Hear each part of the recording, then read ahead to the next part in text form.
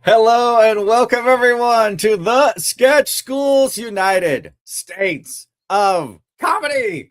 I'm Mark Rosecca, founder of thesketchschool.com, and today we are live on our YouTube channel and other places for the very first time. If you want to subscribe to and follow our channel, we'd love for you to. Please follow us on YouTube at the Sketch School 411. We have the link scrolling on screen as well. We're glad you're here with us because we have a great show tonight featuring sketch comedy by 10 of the writers in our weekly writers' rooms at the Sketch School. For this show, we have a theme. We are celebrating the 250th anniversary of the United States by writing history sketches. Each writer was given a period of history to write about. So we have 250 years of comedy.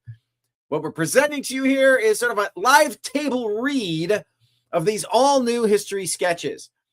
So before we kick this off again, if you want to follow us, please check that link in the banner and feel free to laugh and comment along in the chat room.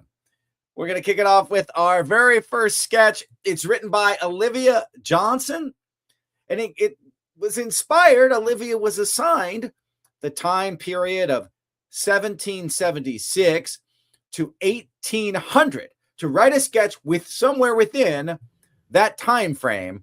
The sketch Olivia wrote is this one we're about to read. It's called Mean Boys. And it goes like this. Interior, Presidential Mansion Day. This is a movie trailer. Everything looks true to period. Coming this fall from Ken Burns and the creators of Mean Girls, featuring the first two mean boys who shaped this country. It's 1797, and John Adams was just elected the second president of the United States of America. This is Mean Boys. An advisor walks Thomas Jefferson toward a group of seated men, one of whom is John Adams.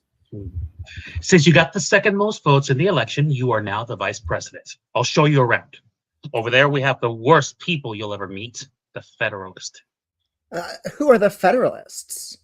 Oh, they're American royalty. That's Secretary of State Timothy Pickering, one of the dumbest people you'll ever meet. The camera cuts to Pickering laughing and slamming an axe between his fingers.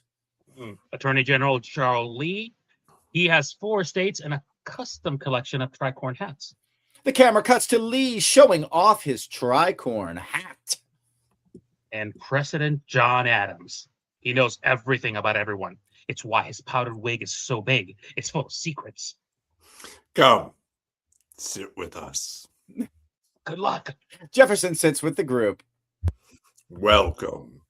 As president, I'm in charge here. On Wednesdays, we wear nothing because we skinny dip in the Potomac. Slow motion B-roll of Adams, Jefferson, and the Federalists confidently walking around town. Being with the Federalists was like leaving the actual world and entering the powerful political world. Have you thought of any fun political initiatives you think are cute yet? I feel we should limit the federal government and give the states rights. Pickering gasps. Oh my gosh, no, you can't. States' rights are off limits, and that's just like the rules of federalism. Adams later corners Jefferson. Pickering told me you wanted stronger states' rights. I can give a speech if you want. Really? You would do that? Adams delivers a political speech. We need a centralized government to maintain stability. None of this states' rights bollocks. Jefferson is enraged. Why would he do such a thing? Because he's a life ruiner. He ruins lives. To handle this in Federalist world, all the fighting had to be sneaky. Jefferson speaks with Adams. Legend says the colder the river, the larger your lobcock grows. Everyone respects a big willy. Jefferson gives a political speech. On behalf of President Adams, I declare more rights to the states. No more fears of tyranny from this massive central government. People cheer as Adams sneakily watches the speech from afar. Who does he think he is? I invented him. Adams returns home and screams. He gets out a book, angrily dips his quill pen in ink, and feverishly writes. This man is the nastiest skank strumpet I've ever met. Do not trust him. He is a fugly, draggle-tail slut. Adams cuts up a portrait of him and Jefferson. He attaches his own photo to the page and admires it. Adams shows the book to his administration. Only one person who could write such things. Jefferson! You set me up. You wrote this about yourself. I'm leaving. Jefferson leaves and Adams chases after him outside. Do you know what everyone says about you? They say you're a bad-wigged farm freak who's a less dashing version of me.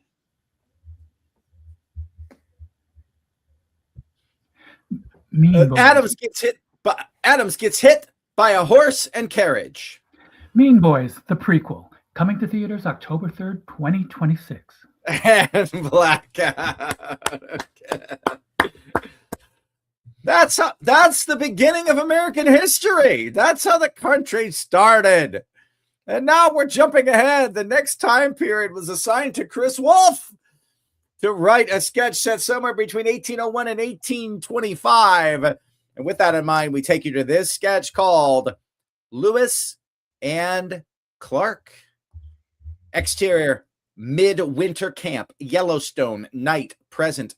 Lewis and Clark are barely alive. They are wrapped in everything they own. A fire struggles. Several porters are motionless in the background. Nobody has spoken in a while. A pigeon lands between them. Another one. I wonder what idiotic instruction President Jefferson has for us this time. Exterior, the Missouri River, 4 months before present. The expedition are carrying canoes over land. Everyone looks terrible. A pigeon lands on a canoe. Passenger pigeon! President Jefferson said he'd only send these in emergencies. Let's see what it says. Gentlemen, just a brief reminder, in case you've forgotten, to catalog every plant, every animal, every mineral, and every native nation you encounter. P.S. This letter was dictated to my secretary. Everyone stops. He already told us that before we left. In person. Is this an emergency? Apparently, other expeditions have forgotten things in the past. I'm sure he's just being thorough. Exterior, the Rocky Mountain Plateau, present-day Colorado, 2 months before present. Lewis and the porters are fighting a grizzly bear. It's not going well. Clark is trying to get a good shot from a distance. A pigeon lands on Clark's rifle barrel. Passenger pigeon. Read it! Shouldn't I help you with the bear? Pigeon messages are emergencies. Jefferson's legacy demands a footprint commensurate with his vision. Name as many landmarks as possible after me, and then fire a volley with your rifles to commemorate it. Is that all it says? Oh, and also, P.S. This letter was dictated to my secretary. Jefferson's will be done. Ah! Lewis shouts in rage and kills the bear. How specific do you think we should get? Like forest level or tree level? Forest level. We'll forget which tree is which. We'll need to start rationing ammunition. Exterior, the Bighorn Mountains, present-day Wyoming, 3 weeks before present. Everyone is ill, catastrophically ill. Lewis and Clark are barely upright. A pigeon lands directly on Lewis's head. Everyone groans. Clark reaches over and takes the note, reads it. He wants 300 four-leaf clovers. What? Gentlemen, please collect for your president 300 four-leaf clovers for my good fortune. P.S. This letter was dictated to my secretary. Oh, I'll start now. Lewis crawls weakly toward a grassy area nearby. Fuck President Jefferson. Exterior, midwinter camp, Yellowstone, night, present, back to the fire. The pigeon is still there. Lewis and Clark stare at it. We've wasted untold amounts of ammunition naming shit after him. We gathered his goddamn clovers. You were nearly mauled by a bear. We've barely kept food down in a month. Open the letter. How bad can it be? Lewis opens it, reads. His expression shifts into something new. Not anger, not despair, something quieter. Gentlemen, John Adams insists the woolly mammoth is completely extinct. I disagree. Please find me evidence of their continued existence. $10 are at stake. 5 of that could be yours if I win. Help me prove that insufferable John Adams wrong. P.S. This letter was dictated to my secretary. A long silence. The fire crackles. How long have we been traveling? 784 days. We've seen all sorts of animals, all shapes and sizes. No mammoths. Not a single one. But hear me out. What if we were naming a landmark, and when we fired the obligatory rifle volley, it startled a nearby mammoth out of the tree line? Yeah. And then it ran into those acidic hot springs over there, the ones that poor Porter dissolved in, and the mammoth died. It was the only one we'd seen. And we'll say a local tribe confirmed that was the last one. Mammoths are now extinct because of his orders. Jefferson's orders killed the last mammoth. Jefferson's orders killed the last mammoth. What a tragedy. Dreadful shame. Let's name it Last Mammoth Hot Springs. Jefferson's last mammoth hot springs. Lewis and Clark start loading their rifles to fire a volley as per their standing instructions. Oh, John Adams is going to be wonderfully insufferable about that. Every single day. Black Hawk! Every word of that factually and historically true. As is the case in this next sketch, as we jump forward to cover the time period of 1826 to 1850 in this sketch written by Dumais. It's called Mary Ann Todd. Interior, 1839.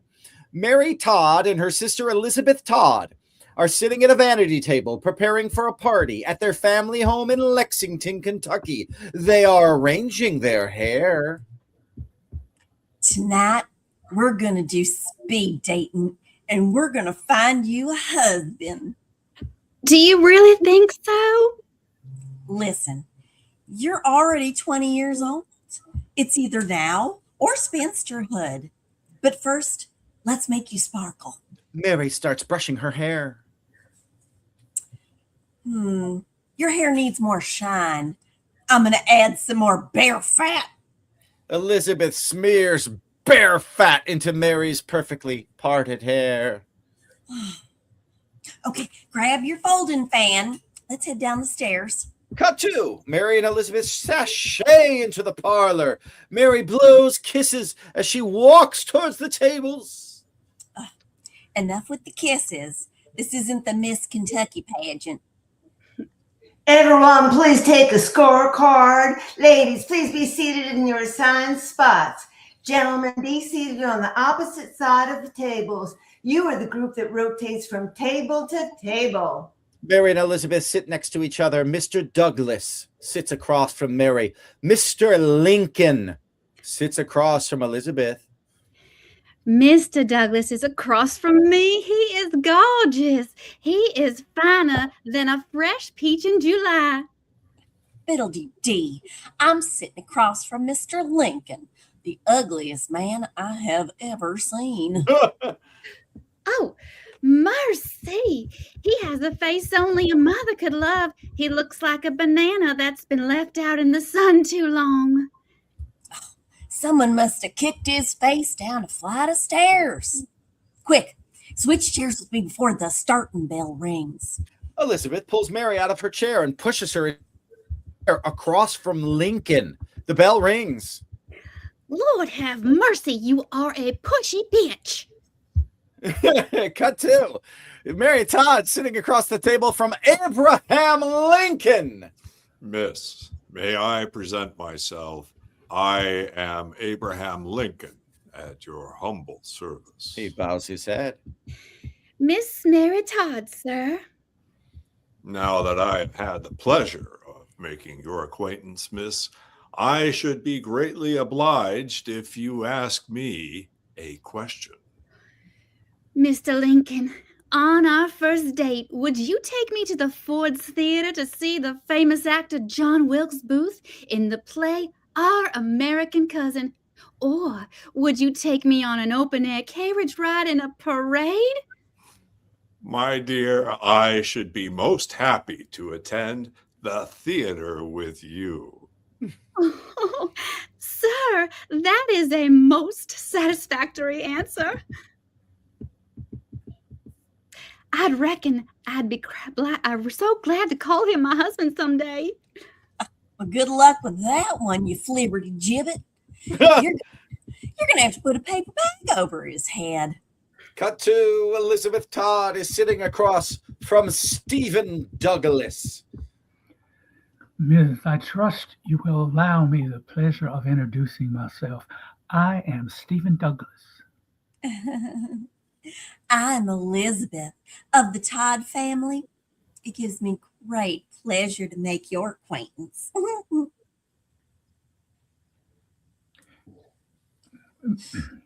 Miss, if you would be so kind, I should be pleased to answer any question you might have. Mr. Douglas, boxers or briefs?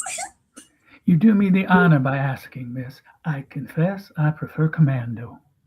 Oh, that's exceedingly pleasing to hear, sir. You've answered exactly as I hoped. A bell rings. Mr. Lincoln and Mr. Douglas move to a different table.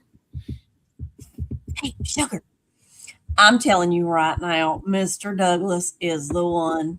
Start picking out your bridesmaid dress. Oh, Mr. Lincoln is the one I prayed for. He sounds like he would die to go to the theater with me. Oh, I do declare, in all 26 states, there shan't be an uglier couple than you two.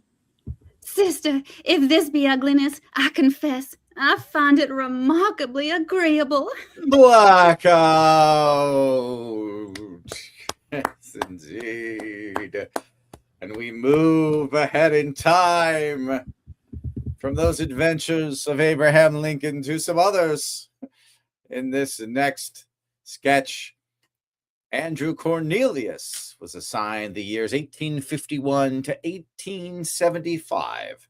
And based on that, he wrote this sketch called Civil War Letters.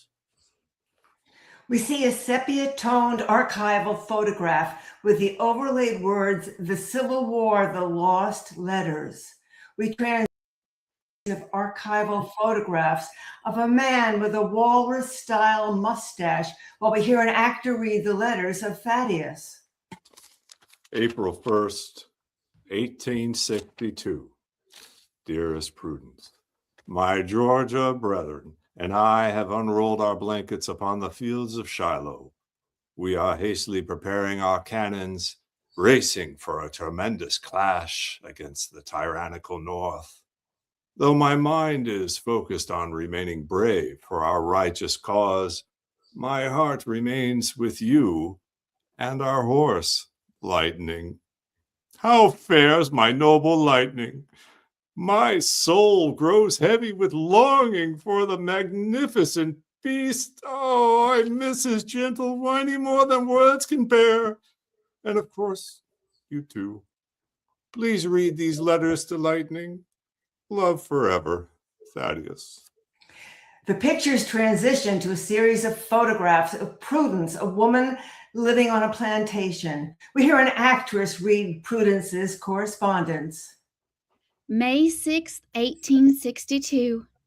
Dearest Thaddeus, I hope this letter finds you safe and alive with your regiment. The dreadful butcher's bill from Shiloh has reached us here in Atlanta. Some 23,000 souls hurried into eternity.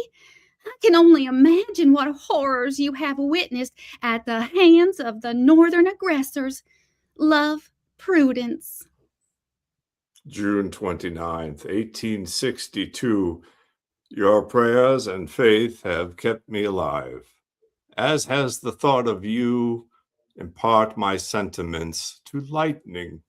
My regiment is now camped at Gettysburg. The hearts of men have turned to flint beneath the terrible carnage, yet I remain unyielding in my resolve to prevent the Yankee from imposing his radical failed experiment upon our sovereign soil. I also ponder if the experiment of our marriage has worn its course. Could a gentleman, under the eyes of God, enter into holy matrimony with his favorite stallion? Surely such a notion is merely the fever dream of a weary soldier surrounded by death. Thinking of you, Thaddeus. July 14th, 1863. My God, Thaddeus, I can only assume the shock of witnessing 50,000 lives lost in a single battle has done immeasurable damage to your mind. Know that my devotion to you remains absolute and immutable, and I must state, with all the emphasis my hand can command, that you cannot, under any civil or divine law, wed the horse. Love, Prudence. Oh, July 21st, 1863. Dearest Prudence, Gettysburg was such a devastating loss in our capabilities for the Confederacy.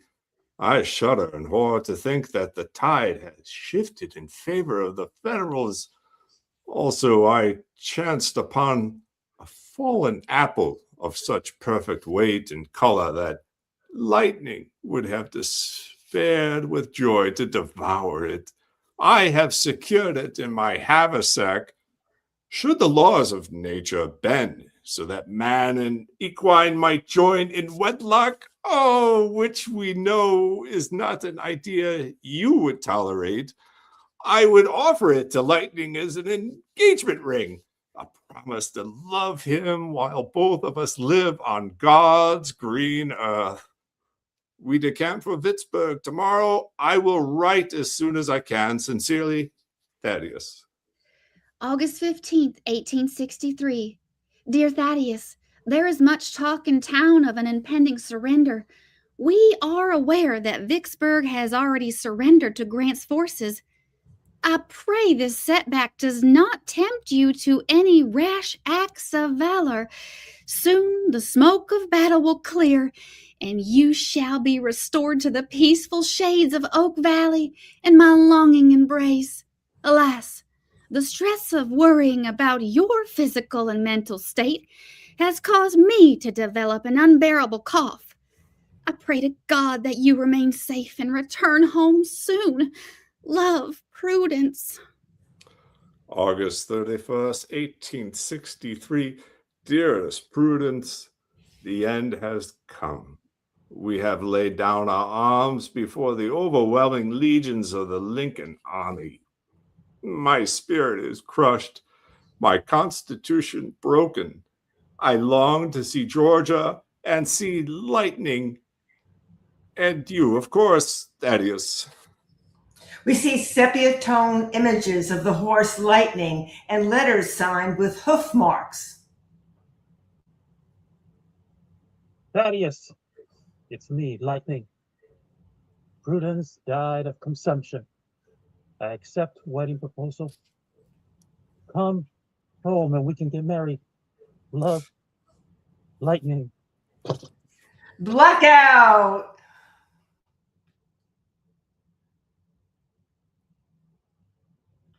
The next sketch is Oh Brother by Margot Escott for the years 1876 to 1900.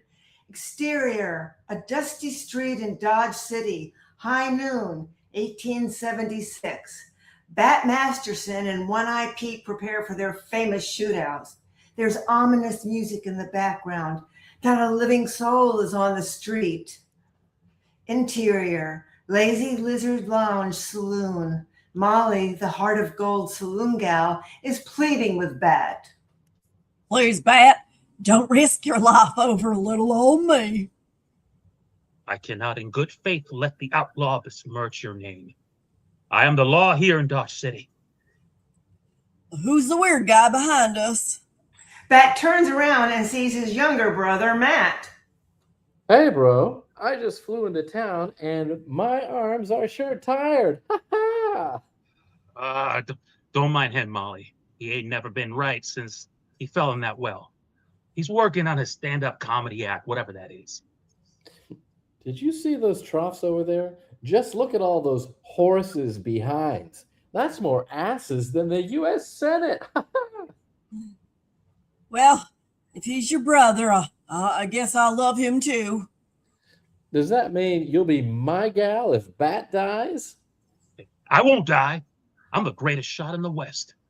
The saloon doors open and One-Eye Pete walks in with spurs jangling. Ah, the lovely jingle jangle of spurs. Is it a way to make music? An incentive? A Sorbonne? I see you, Bat, and your lily-livered, low-down skunk of a brother, Matt Masterson. Lily-livered? That's great alliteration. Maybe you'd like to be my writer. Your jokes are not funny.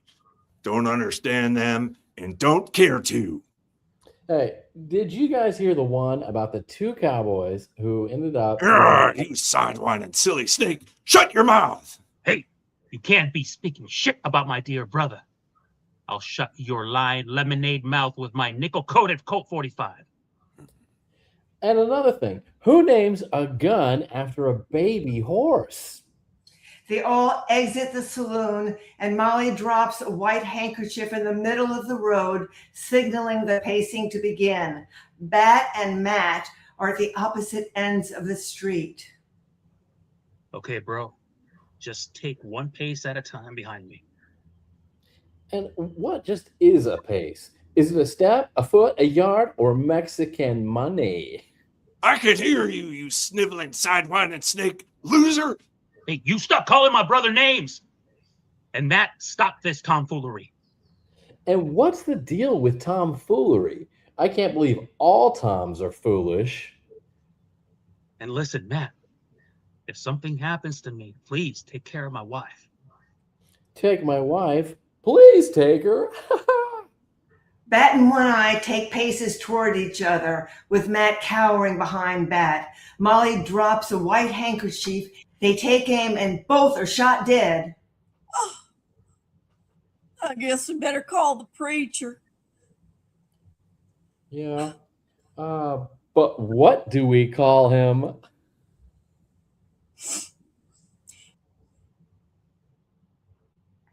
Blackout.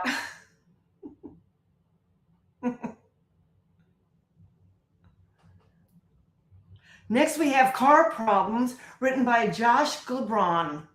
Interior living room, Detroit, Michigan, 1903. Shut opens in a living room where Clara Bryant Ford is packing her luggage. Her husband, Henry Ford, walks into the room exhausted from work. He has paperwork on auto parts and is visibly dirty. He speaks to Claire but is distracted with his own work issues. Oh, what a day. Right when I thought I had it all figured out. Henry, it's not going to work. Clara, be patient. We're so close to the launch of this automobile. I promise it can work. It's over. Not yet. We fixed the transmission. Now if we can figure out the radiator issue, the Model A will be a running vehicle. Not your stupid automobile, Henry. Us. We're over. Us.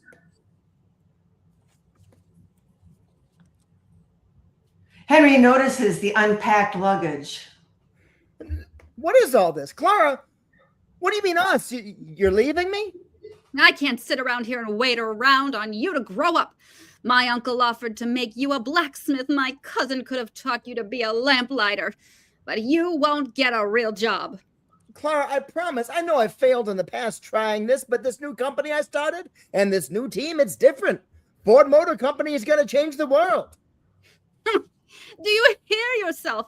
Ford Motor Company. It's 1903, Henry. Don't you think if it were possible, someone would have done it? What else can be invented? They've made everything. But Clara, people will love these cars. They'll drive themselves freely with the Model A. Drive? Nobody cares about that. People want to ride in a buggy behind a horse, trotting along, smelling the horse's essence like God intended. But this will be much faster. We're expecting the Model A to go 28 miles per hour. Are you trying to kill somebody? Who would need to go 28 miles an hour? Where are you going to go? I penned a letter to an old flame of mine, the one my mother said I should have chosen all along, Thomas Andrews. The boat guy? You gotta be kidding. Not just boats, steamships, rail transportation, not some childish dream like building a car. They say not to reinvent the wheel. You want to take 4 and put rubber on them. Clara, it's different this time. We've started an assembly line. Workers stationed on a line with the automobile getting put together piece by piece. People will come far and wide to be a part of Ford Motor Company. It'll be the Motor City. I've heard it all now. Motor City? Detroit is a lumber town, Henry. This is what I'm talking about. Delusion. How does your little car even run? The Model A will run on gasoline, so it'll be affordable for everyone. Well, that is the only smart thing you've said. Gasoline will always be cheap in America. Stay with me, Clara. I want you and baby Edsel with me to see the first Ford on the road. I am not putting Edsel in one of those death traps. He can ride on horseback, where it's safe for a small child. Oh, you'll see, Clara. One day it won't just be the Model A. There'll be automobiles that haul things. I'm going to call them trucks. There'll be automobiles that can fit many people. We're going to call them vans and sedans, station wagons, even sports utility vehicles. You like horses so much, I may even call one car the Mustang. Get a hold of yourself, Hank. You sound like a psychopath. Clara, you have to believe in me. Door opens. It's Thomas Andrews. Clara, we're late, darling. Oh, hello, Hank. Thomas. Let me ask, did you drive over here? Thomas, be nice. Clara, don't leave. I promise I can make this work. For us. For Edsel. I've wasted too much time on this, Henry. Thomas builds steamships, something respectable that people will be using forever. They're designing the biggest one in the world now. And in a few years, he even says he will take me on the maiden voyage. You're leaving to ride on some boat? It's not just some boat. We're talking about the Titanic. Remember, you said that when your little car is breaking down and the Titanic is sailing the seas. Come on, Clara. Goodbye, Henry. Oh. Clara storms out. Henry leans on the table with his head down for a beat. Head pops up with a profound thought. I wonder if this thing could go in reverse. That's blackout.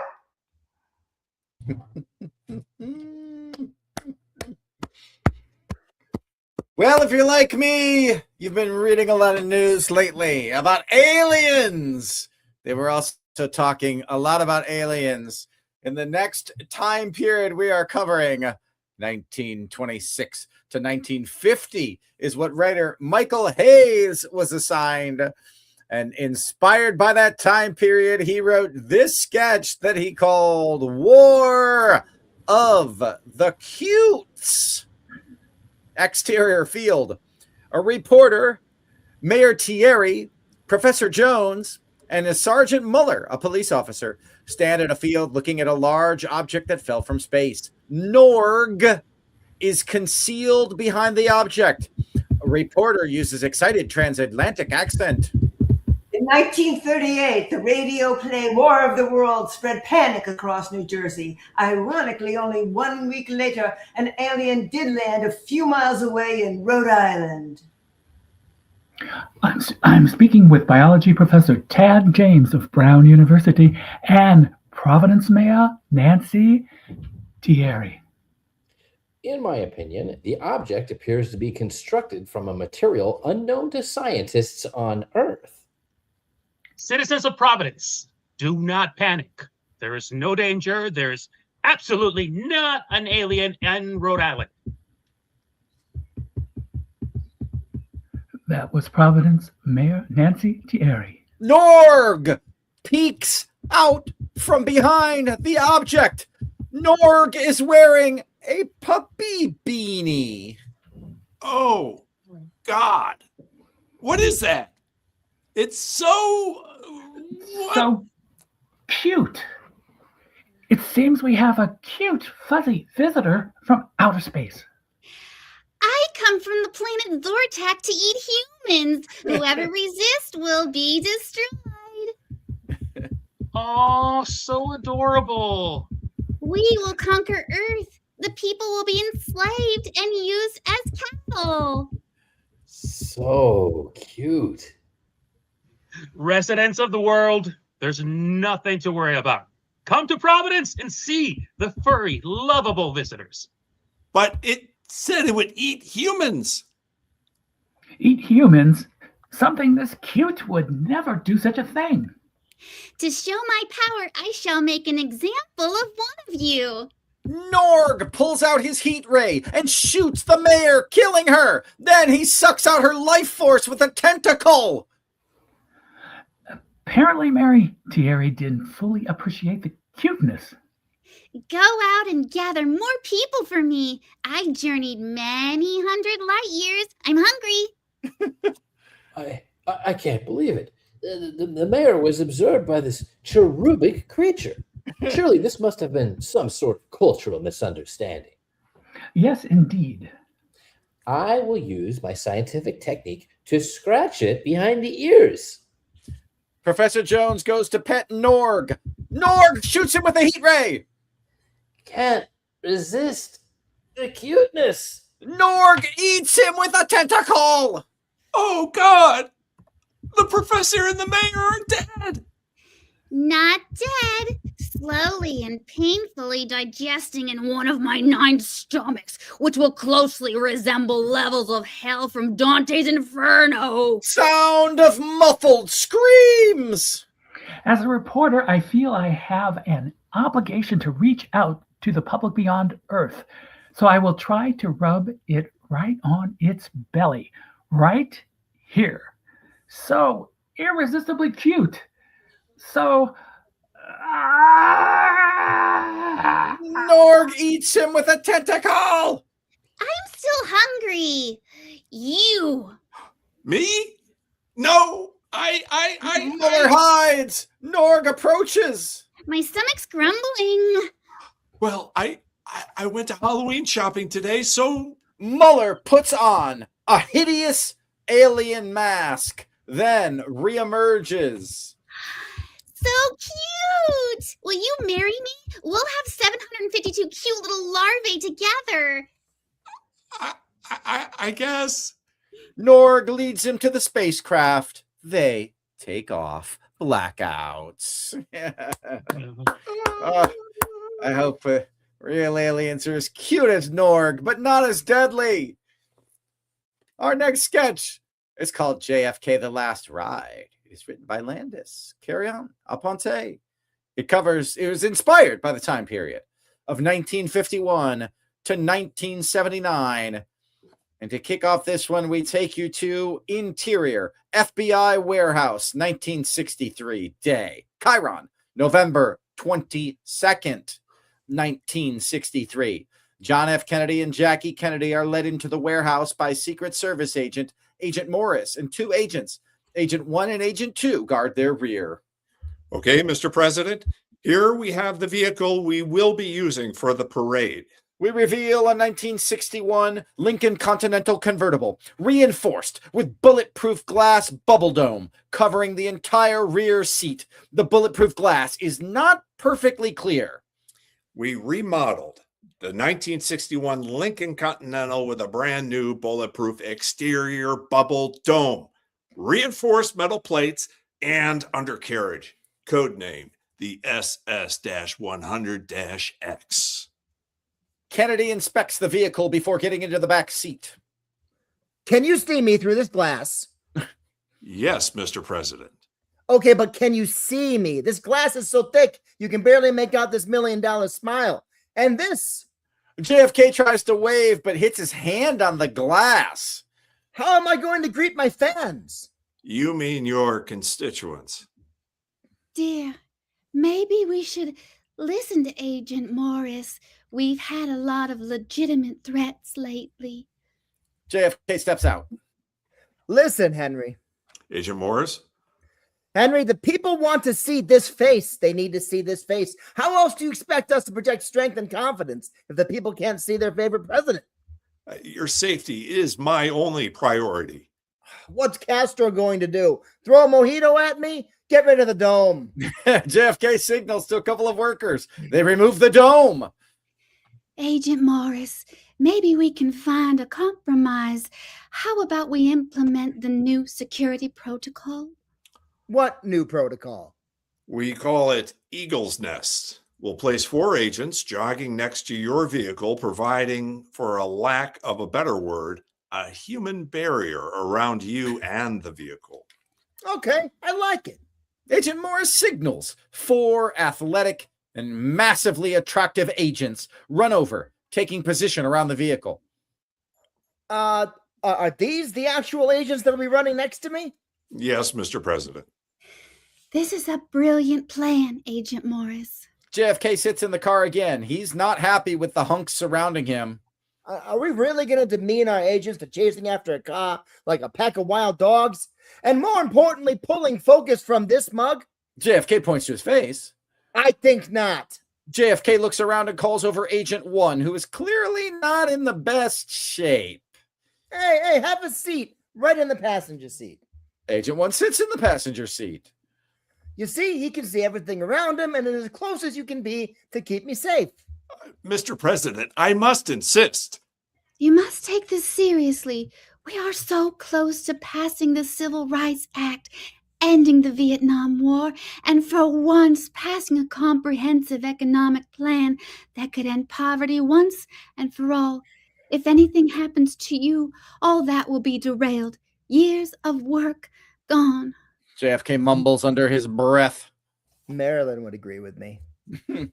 Well, that bitch is dead, isn't she? And so will you if you don't listen to the grown-ups in the room, John. JFK uses his charm, telling Jackie to come over and sit next to him. Baby, why are we fighting? You know you're my world. Come sit next to your man. Jackie complies and sits next to him in the car. As she sits, the car sinks down because of the weight. We didn't calculate agents being inside the vehicle. With the new armor, we made it a stronger suspension system. Or maybe the first lady needs to lay off those grilled cheese sandwiches. JFK laughs. Ah, Jackie's expression changes. She turns to Agent Morris. Get rid of all of it.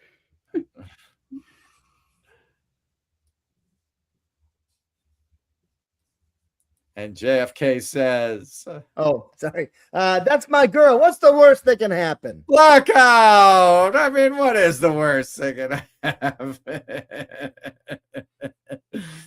Our next sketch is written by Beth Bailey. It is called Quality Time.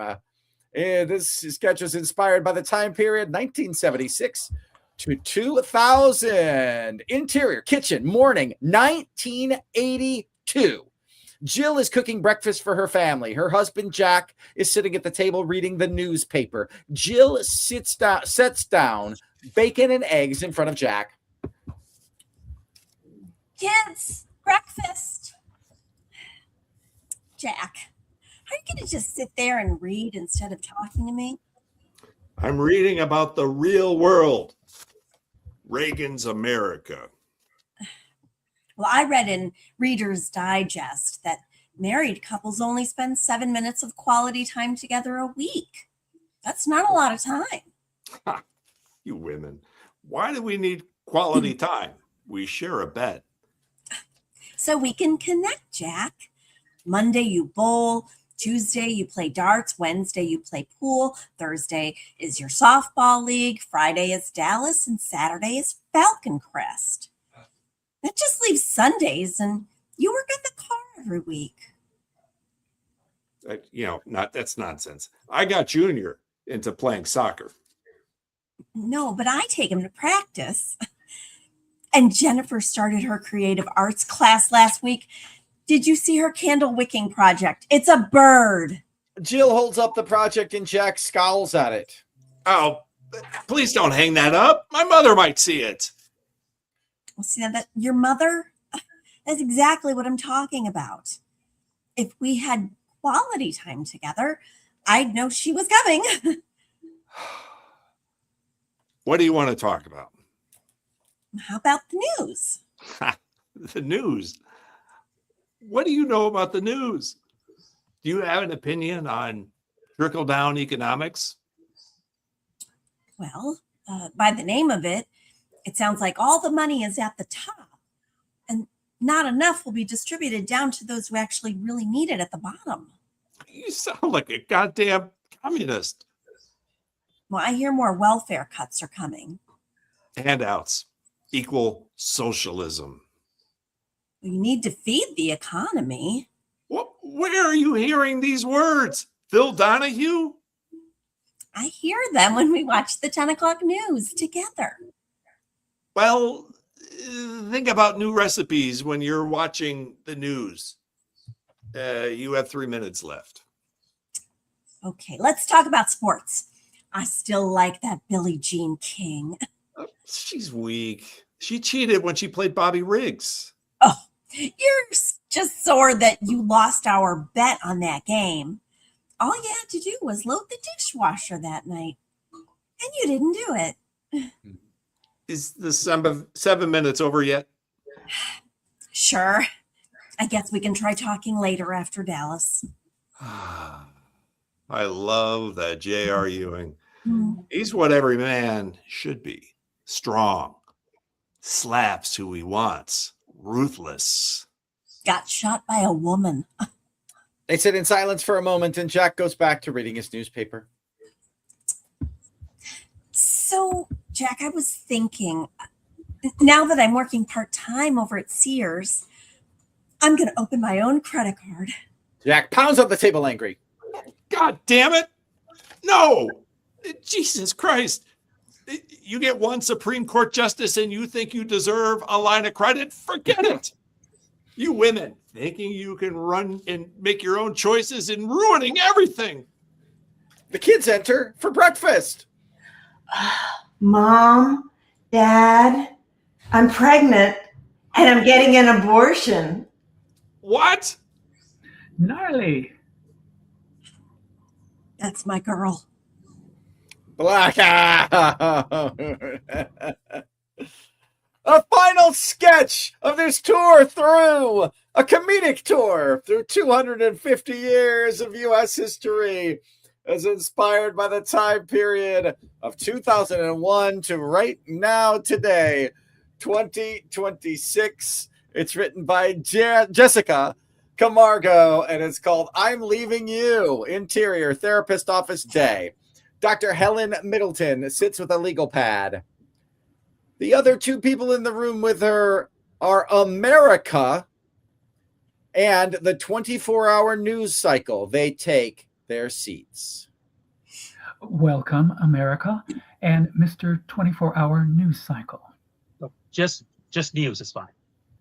I see you've been together for, 30 years. What brings you to couple counseling now? Dr. Middleton, I can't do this anymore. He's been manipulating me for all those years, and I still can't leave. You need me, America. You'd be lost without me. That's what I thought. I thought having you with me 24 hours a day made me smarter. I thought you made me safer. You are smarter. You are safer. That's me. I did that. Do you know who I was before you? Walter Cronkite, Peter Jennings, and I was doing just fine. So now we're doing X's. Walter came to see me 30 minutes a day. He'd tell me what happened, then went home. Oh, yeah, 30 minutes? That's all he gave you.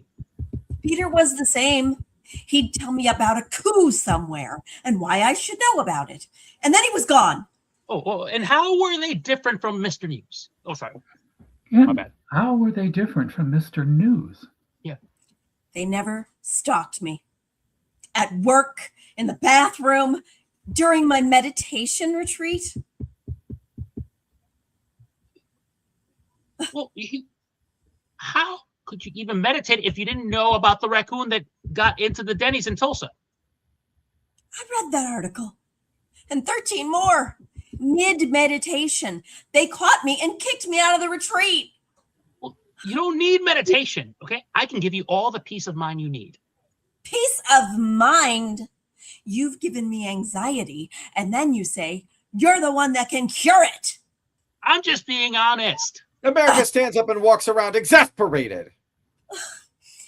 You again with the honesty. You lie to me constantly. America, I hear that you're angry. That's valid. Take a breath. America ignores Dr. Middleton. You tell me my supplements, all of them, they were essential. All of them. And you know what? I was just making expensive urine. You told me AI was taking my job. And then you told me AI, that it wasn't. And then all of a sudden it was again. And every single month is the most important election of our lifetime, or democracy dies. Would you rather I said nothing? Is that what you want? Silence? News, you're not giving America a choice. You're threatening her. Okay, fine. Yes. And if she ignores me, I die. Okay, so don't blame me for just trying to survive. America goes quiet and sits back down. Okay? Listen, America, in the time we've been sitting here, you've missed 4 breaking stories.